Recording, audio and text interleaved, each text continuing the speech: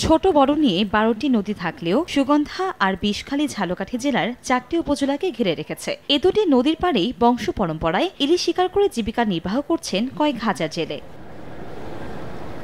কিন্তু আগের মতো নদীতে ধরা পড়ছে না ইলিশ, যা পাওয়া যায় তাও আকারে ছোট। এতে জেলেদের ঘরে এখন হতাশা। ইলিশ মাছ মনে করেন দিকে তো এই মাছ চারি মাঝেরই মাছ কম, মাছ নাই, এখন অনেক অভাবে আছি, কষ্টে আছি। আগে আমাদের ছোটবেলায় যা ইলিশ মাছ দেখতাম, বড় বড় ইলিশ, এখন আর ইলিশ দেখা যাচ্ছে না। মৎস্য বিভাগ বলছে বৈশ্বিক জলবায়ুর প্রভাবে নদী শুকিয়ে যাচ্ছে। অপরদিকে সেতু, বেড়িবাঁধ নির্মাণ ও চর দখল করে স্থাপনা গড়ে ওঠায় নদীতে পড়েছে ডুবোচর, কমেছে পানির উচ্চতা। এতে সমুদ্র থেকে ইলিশ নদীতে আসার পথে বাধা পেয়ে ফিরে যাচ্ছে। ডুবোচর বা অন্যান্য পানির প্রভাবও বেশি না থাকার কারণে এবং পানির উচ্চতা বা গভীরতা বেশি না থাকার কারণে ঝালকাঠিতে মাছের মাইগ্রেশন কম আছে।